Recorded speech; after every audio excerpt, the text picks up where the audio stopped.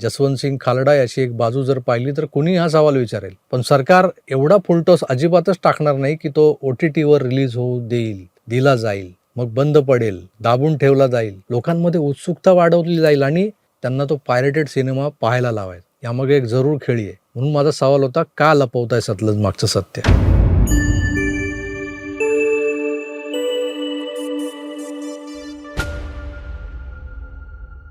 पंजाबसारख्या राज्यात 1988 ते 1995 या 7 वर्षात घडलेल्या असंख्य घटनांच्या पार्श्वभूमीवर तिथलं खलिस्तानवाद्यांचं आंदोलन आणि त्या फुटीरतावाद्यांच्या हिंसक दहशतवादाचा बिमोड करण्यासाठी तत्कालीन मुख्यमंत्री बियान सिंग यांनी नियुक्त केलेले पोलीस महासंचालक KPS गिल आणि मग गिल यांच्या नेतृत्वाखाली पंजाब पोलिसांनी संपवून टाकलेली खलिस्तानी चळवळ, हे सगळं आपल्या नजरेसमोर येतं.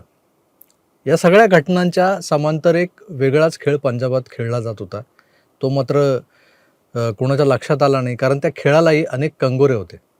त्यातले अनेक कंगोरे काही लेखकांनी कादंबऱ्यांच्या माध्यमातून उलगडलेले आहेत, पण ते बहुधा स्थानिक भाषेत असल्यामुळं हिंदीत अनुवाद झाला आहे बऱ्यापैकी काही कादंबऱ्यांचा, पण तो आपल्यापर्यंत पोहोचलेला नाही आहे. त्यामुळे हे असे काही अप्रसिद्ध, अप्रकाशित असे कंगोरे कुणाच्याही लक्षात आलेले नाहीत. मित्रो, अशाच एका कंगोऱ्याचा मागोवा घेणारा एक सिनेमा दिलजीत दोसांझ या लोकप्रिय पंजाबी अभिनेत्यानं समाजासमोर आणला. 2022 पासून 3-4 वर्ष सेन्सॉरशिपच्या बडग्यामुळे 2 वेळा नाव बदललं गेलं या सिनेमाचं. 127 कट सुचवले गेले होते, पण त्यानंतर अचानक हा सिनेमा OTTवर झळकला. कुठल्याही कट्स विना फक्त या सिनेमाचं नाव बदललं गेलं. आधीच्या दोघांपैकी तिसरंच होतं. कदाचित ते नाव याच्यासाठी ठेवलं गेलं असावं की सेन्सॉरवाल्यांचं लागलीच या सिनेमाकडे लक्ष जाऊ नये. Zee5वर हा सिनेमा 4 तारखेला रिलीज झाला आणि 5 तारखेला तो तिथून उडवलाही गेला. अर्थात त्यामागे सरकारचं माहिती आणि प्रसारण मंत्रालय होतं. तर यावर 2 दिवस आधी मी एक व्हिडिओ बनवला होता, भाजप सरकार का लपवतंय सतलज मागचं सत्य. या व्हिडिओने अनेकांच्या बुडाला आग लागली, प्रचंड झोंबलं त्यांना. मग माझी अक्कल वगैरे काढली गेली. अर्थात मला याचं फारसं वाईट वाटलेलं नाही आहे, कारण सरकारच्या विरोधातला हलकासा सूरही काही लोकांना नकोसा असतो. मूलतः हा सिनेमा न पाहता मी त्यावर बोलायला नको होतं. हा मुद्दा फारच महत्त्वाचा आहे इथे. पण मी एकंदरच सतलजवर आलेल्या काही राईटअप्स वाचून, काही व्हिडिओज जे या सिनेमाची स्टोरी सांगणारे होते ते पाहून मी व्यक्त झालो. पण मला मुद्दाम सांगायचं की जसवंत सिंग खालरा याच्याबद्दल थोडी बहुत माहिती आधीपासूनच होती मला. पण केंद्रातल्या भाजप सरकारला Zee5 सारख्या OTTवर हा सिनेमा रिलीज होणार आहे हे अजिबातच माहीत नव्हतं. असं कसं बरं होऊ शकतं? सरकारनं जाणून बुजून हा सिनेमा वादग्रस्त कसा बनेल याची भूमिका का बजावली आहे? कारण जे सरकार लपू पाहतं, दडपू पाहतं, ते लोक जीवाच्या आकांतानं शोधून काढतात आणि आवर्जून बघतात. हा सिनेमा OTTवरूनही हटवला जाणार हे निश्चित असताना त्याला 48 तासांची सवलत देऊन डाउनलोड करून घेण्याचा अवकाश का दिला गेला होता? डाउनलोडेड कॉपीज या फक्त त्या ॲप्सवरच पाहण्यासाठी असतात. पण आता या डाउनलोडेड कॉपीज अख्ख्या जगभरात पसरल्या आहेत. अर्थात याला सरळ पायरसी म्हणता येईल. पण हा सिनेमा जाणीवपूर्वक बॅन करून पंजाबात उगाच प्रोपोगंडा पसरवत गावागावात दाखवला जातो आहे. प्रत्येक गुरुद्वारात स्पेशल शो होत आहे त्याचे. कोण करतं हे सगळं? शिरोमणी अकाली दल नावाचा एक पक्ष आहे तो, आणि शिरोमणी गुरुद्वारा प्रबंधन कमिटी जी आहे त्यांची, जे सुवर्ण मंदिराचं व्यवस्थापन बघते ते लोक. हे सगळं चाललंय कशासाठी? तर वातावरण निर्मिती करण्यासाठी. कोण करतं ही वातावरण निर्मिती? हा सुद्धा एक मोठा प्रश्न आहे. आपला परम मित्र आणि सख्खा शेजारी पाकिस्तान हा ब्लीड इंडिया या त्यांच्या एका गुप्त ऑपरेशन अंतर्गत K1 आणि K2 अशी 2 ऑपरेशन राबवत होता. हे तुम्हाला सगळ्यांना माहिती आहे. आणि तो कालखंड 80च्या दशकातला आणि भारताच्या पाकिस्तानला खेटून असलेल्या 2 सीमावर्ती राज्यांना स्वतंत्र होण्याचे वेध लावणारा होता. त्यातलं K1 म्हणजे काश्मीर. पाकव्याप्त काश्मीरनंतर उरलं जम्मू आणि लडाख यांनाही गिळण्याची योजना या K1मध्ये होती. तर पंजाबमध्ये शिखांसाठी स्वतंत्र असं एक राष्ट्र बनवण्याची संकल्पना म्हणजे खलिस्तान बनवणं हे होतं K2. काश्मीरी आतंकवाद्यांना तोंड देताना तिकडे आपलं सीमा सुरक्षा दल झगडत होतं. पण पंजाबात मात्र स्पेशल टास्क फोर्स आणि पंजाब पोलीस हे लोक या खलिस्तानवाद्यांशी झुंजत होते. मित्रो, पाकिस्तानातून ट्रेंड होऊन आलेले पंजाबी तरुण हे खलिस्तानसाठी जीव द्यायला तयार झालेले होते. पण स्वतःचा जीव देण्याआधी ते पंजाबातल्या आपल्याच लोकांचे जीव घेत होते. काश्मीरमधला दहशतवाद हा हिंदू विरुद्ध मुस्लिम अशा धार्मिक प्रतलावर रुजला होता. पण पंजाबात हिंदूंना तर प्राधान्यानं मारलं गेलंच, पण सोबतीला सरसकट सामान्य पंजाब्यांना, शीखांना देखील टार्गेट केलं जात होतं. शीखांचं स्वतंत्र राष्ट्र हे दुसरं तालिबानी विचारांचं राष्ट्र बनणार असं दिसत होतं. कारण तर धर्माचरणाची सक्ती केली जात होती. मुलींनी शाळेत किंवा कॉलेजात स्कर्ट घालायचा नाही, पाय उघडे ठेवायचे नाहीत, सलवार कुर्ता आणि त्यावर चुन्नी म्हणजे ओढणी असायलाच हवी, ड्रेस कोड, नाहीतर मग थेट गोळ्या घातल्या जायच्या. पण या मुलींना मारण्याआधी त्यांच्यावर बलात्कारही केले जायचे. खलिस्तानी विचारांच्या या तरुणांना खडकू म्हटलं जायचं. हे खडकू जे होते स्वतःला गब्बर सिंगची चौथी अवलाद समजत असावे बहुतेक. तर ते स्वतंत्र खलिस्तान कशाला हवा यावर कधी बौद्धिक पातळीवर चर्चा करणं त्यांना कधी जमलं नव्हतं. उलट खलिस्तानचं प्रयोजन काय असा कोणी प्रश्न विचारला तर निव्वळ पवित्र अशा सुवर्ण मंदिरावर पोलिसी कारवाया झाल्या, लष्करी कारवाया झाल्या, आमचं श्रद्धास्थान अपवित्र झालं, अस्मितेला ठेच लागली, एवढीच कारणं सांगितली जायची. खरं तर इतिहास साक्ष आहे की शीख ही जी जमात आहे ती देशभक्त जमात आहे. असं असूनही हे लोक असे फुटीरतावादी का बनले? तर पंजाबातले सारे शीख हे काय खडकूंच्या स्वतंत्र राष्ट्र धोरणांशी संमत होते असं नव्हतं. अख्खं राज्य एका बाजूला आणि काही मुठभर पाकिस्तान पुरस्कृत आतंकवादी एका बाजूला, असा हा संघर्ष पंजाबात सुरू होता. त्याला हळूहळू सर्वसामान्यांचा पाठिंबा मिळाला देखील असता. पण स्वतंत्र राष्ट्र कशासाठी या प्रश्नाला ना उत्तर होतं ना ठोस विचारधारा. त्यात या खडकूंच्या मेंदूचं पाकिस्तानांनी पार तालिबानीकरण करून पाठवलं होतं त्यांना. ते पंजाबात धार्मिक आचरणाचा अतिरेक करू पाहत होते.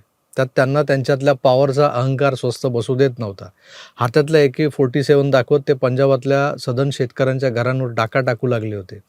त्यांच्या घरात जान जवान सुंदर पोरी आहेत, त्यांच्या घरात घुसून त्या पोरींवर ते बलात्कार करू लागले होते. ती घरं लुटू लागले होते.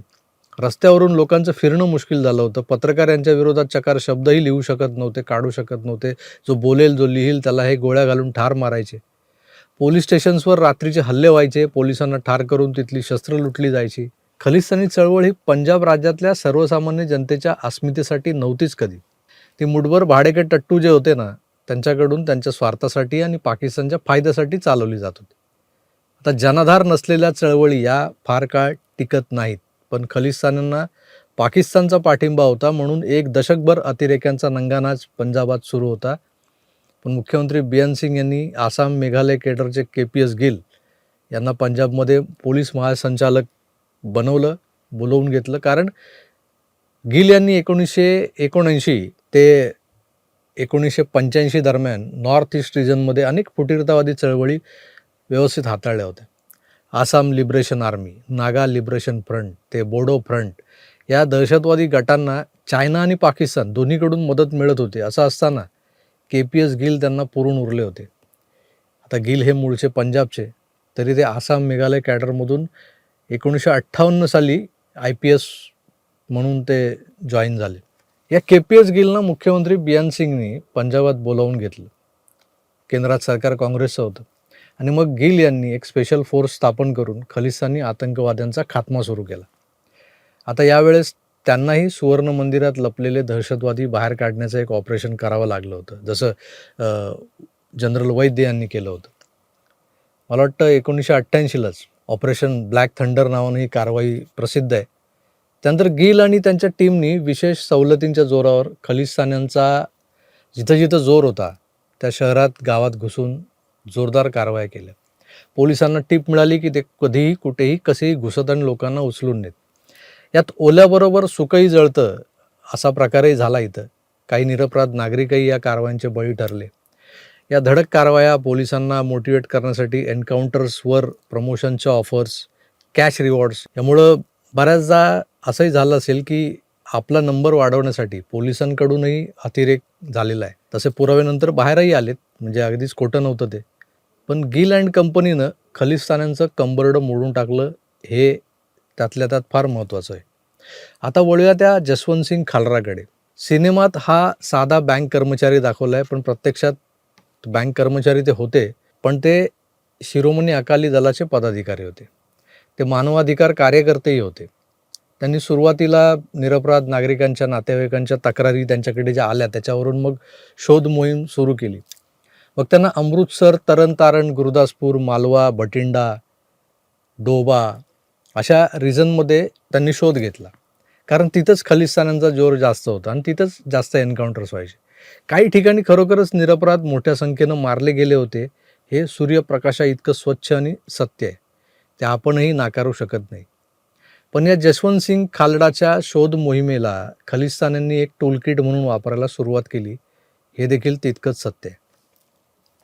त्याला कॅनडाला नेला, तिकडच्या संसदेत यानं आपला शोध प्रबंध वाचून दाखवला.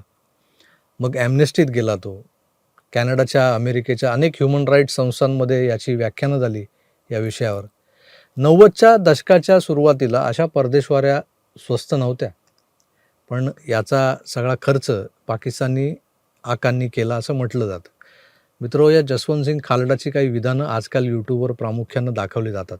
ਕਾਂਗਰਸ ਤੇ ਬੀਜੇਪੀ ਦਾ ਮੁਕਾਬਲਾ ਹਿੰਦੂ ਰਾਸ਼ਟਰ ਦਾ ਰਾਮ ਮੰਦਰ ਦੇ ਰੂਪ ਦੇ ਵਿੱਚ ਬਿਲਕੁਲ ਉੱਭਰ ਕੇ ਸਾਹਮਣੇ ਆਇਆ ਤੇ ਅਸਲ 'ਚ ਬਾਬਰੀ ਮਸਜਿਦ ਦਾ ਸ਼ਹੀਦ ਹੋਣਾ ਹਿੰਦੁਸਤਾਨ ਦੇ ਸੋ ਕਾਲਡ ਸੈਕੂਲਰਿਜ਼ਮ ਦਾ ਮਰਨਾ ਸੀਗਾ ਤੇ ਉਸ ਤੋਂ ਬਾਅਦ ਜੋ ਕੁਝ ਵਾਪਰ ਰਿਹਾ ਹੈ ਇਹ ਸੁਭਾਵਿਕ ਆ ਕਿ ਹੁਣ ਉਹ ਜਿਹੜਾ ਰਾਮ ਰਾਜ ਸੈਕੂਲਰਿਜ਼ਮ ਦੇ ਨਾਂ ਤੇ ਪਰਦਾ ਪਾਈ ਬੈਠਾ ਸੀ, ਉਹ ਪਰਦਾ ਸ਼੍ਰੀ ਅਕਾਲ ਤਖਤ ਸਾਹਿਬ ਦੇ ਉੱਤੇ ਗੋਲਾਬਾਰੀ ਹੋਣ ਤੇ ਜਾਂ ਬਾਬਰੀ ਮਸਜਿਦ ਦੇ ਸ਼ਹੀਦ ਹੋਣ ਤੋਂ ਬਾਅਦ ਲੈ ਚੁੱਕਾ ਹੈ। ਉਹਦਾ ਹੁਣ ਅਸਲੀ ਰੂਪ शिव सेना ते बीजेपी दे अलायन्सने मी दिखाया है. पाहिलं त्यात तो बाबरी मशीद पतनाला बाबरी शहीद होणं म्हणतोय, त्याला बाबरी पाडल्याचं दुःखही झालं होतं हेही दिसतंय. तो खलिस्तान लिबरेशन फ्रंटच्या वगैरे बाता करताना दिसतोय. म्हणजे हा शिरोमणी अकाली दल नावाच्या राजकीय पक्षाचा नेता असतानाही तेव्हा खलिस्तानी चळवळीला सरेंडर झालेला होता. यानं लावारिस म्हणून जाळल्या गेलेल्या प्रेतांचा छडा लावताना पोलिसांच्या क्रूरतेचा पर्दाफाश जरूर केला. पोलीस हे का करत होते तेही स्पष्ट होताना दिसतंय. पण दुसऱ्या बाजूला जसवंत सिंग खालरा हा खलिस्तान समर्थक होता, हे मात्र सिनेमात दाखवलेलं नाही. पंजाबात खलिस्तानी नेमके कसे ऑपरेट करत होते, त्या मुठभर खडकू लोकांनी अख्ख्या राज्याला वेठीस धरलेलं होतं, हे देखील दाखवलेलं नाही. आमच्या प्रेक्षकांसाठी जो महत्त्वाचा मुद्दा तो म्हणजे खलिस्तान्यांनी सगळ्यात आधी पंजाबातल्या हिंदूंना टिपून टिपून मारल्याच्या घटनांवर हा सिनेमा कुठलंही भाष्य करत नाही, हा होता. खरं आहे की पंजाबात हिंदूंना बसेसमधून उतरवून रांगेत उभं करून गोळ्या घातल्या गेलेत. जसवंत सिंग 25,000 शिखांचं शिरकाण झालं असे कागदोपत्री पुरावे घेऊन आला होता समोर. पण पंजाबात 35,000पेक्षा जास्त हिंदू त्या कालखंडात मारले गेले होते. यावरही हा सिनेमा काहीच बोलत नाही. थोडक्यात काय तर जसवंत सिंग खालरा हा जसा पाकिस्तानांचा टूलकिट बनला होता, तसाच हा सिनेमा पुन्हा एकदा सरकारी व्यवस्थेला खलनायक ठरवण्यासाठी जाणीवपूर्वक पेरलेला बॉम्ब वाटतो मला. 80च्या दशकात सुरू करून 95पर्यंत आलेलं पंजाब, कट टू 2026. पंजाबात आज सरकार आहे आम आदमी पार्टीचं. हे सरकार जिंकलं कसं तिकडे? जिंकून कसं आले तर थम्पिंग मेजॉरिटीने 117पैकी 93 जागा आम आदमी पार्टीने जिंकलेल्या आहेत. पण त्यासाठी मिलियन्स ऑफ डॉलरची आर्थिक मदत कोणी केली आम आदमी पार्टीला? कॅनडातल्या त्या खलिस्तानी गुरपतवंत सिंग पन्नूनं. आता राज्यातली स्थिती काय आहे सध्या पंजाबातल्या? धर्मांतरणानं कळस गाठलाय, ड्रग्ज हा मोठा व्यवसाय बनलाय, त्याला बॅकअप मिळावं म्हणून 1,500 गँग संपूर्ण राज्यात ऑपरेट करतायत. त्या 1000च्या वर असलेल्या गँग्समध्ये 9 ते 10 लाख गँगस्टर काम करतायत. म्हणजे पंजाबातला तरुण कोण आहे तर गँगस्टर आहे. आणि त्यामुळेच राज्यात पुन्हा इन्सर्जन्सीचं, फुटीरतावादाचं, खलिस्तानचं वारं वाहू लागलंय. ज्याला खतपाणी घालायला केजरीवाल आणि त्याचा जोकर भगवंत मान सगळ्यात आघाडीवर आहे. असं असताना सतलज किंवा त्याआधी जे नाव होतं पंजाब 95, हा जो काही सिनेमा आहे तो त्या राज्यातच काय इतर कुठेही दाखवला जाऊ नये याची व्यवस्था करायला हवी होती. मग तो पंजाबात अशी काय क्रांती घडून आणणार होता? तर पोलिसी अत्याचारात निरपराध पंजाब्यांचं शिरकाण झालंय, आता त्याचा बदला घ्यायची वेळ आली आहे अशी आवाहनं केली गेली असती असं काही लोक बोलत आहेत. पण या सिनेमाला सेन्सॉरकडून दाबल्यानंतरही तो OTTवर प्रदर्शित केला जाऊ शकतो हे आपल्या इंटेलिजन्सला माहीत नव्हतं असं होणार नाही ना.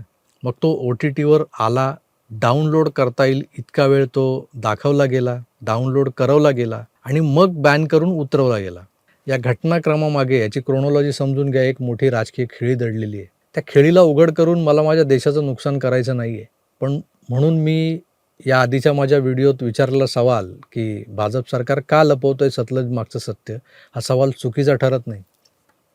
जसवंतसिंग खालडा याची एक बाजू जर पाहिली तर कुणी हा सवाल विचारेल, पण सरकार एवढा फुलटॉस अजिबातच टाकणार नाही की तो OTTवर रिलीज दिला जाईल, मग बंद पडेल, दाबून ठेवला जाईल, लोकांमध्ये उत्सुकता वाढवली जाईल आणि त्यांना तो पायरेटेड सिनेमा पाहायला लावायचा. यामागे एक जरूर खेळी आहे. म्हणून माझा सवाल होता, का लपवताय सतलज मागचं सत्य. कदाचित पंजाबमध्ये आम आदमी पार्टीचा खलिस्तानवादी चेहरा जो आहे तो जगासमोर आणायचा होता की अजून काही आहे, कळेल लवकरच. तुर्तास थांबूया, पुन्हा भेटूच. तोवर आपली काळजी घ्या आणि या प्रश्नाचं उत्तर शोधण्याचा प्रयत्न जरूर करा. हा सिनेमा यूट्यूबवरही आहे, 1-2 चॅनल्सनी तो बिंदास्त अपलोड केलेला आहे. इतर ठिकाणावरही उपलब्ध आहे, मिळतो. तो पहा. मलाही असा एका ठिकाणावरून मिळाला, एका मित्राने पाठवला, तो डाउनलोड करून मी पाहिला आहे. आणि तसं मी म्हणालो होतो माझ्या मागच्या व्हिडिओतही, काहीतरी लपवण्याचा प्रयत्न चालला आहे. ते नेमकं काय आहे जे मला कळालं आहे, पण मला ते असं उघड करायचं नाही आहे सार्वजनिक व्यासपीठावर. तुम्हाला जर समजलं तर ते समजून घेण्यासाठी हा सिनेमा एकदा तरी बघा. चला, धन्यवाद, नमस्कार.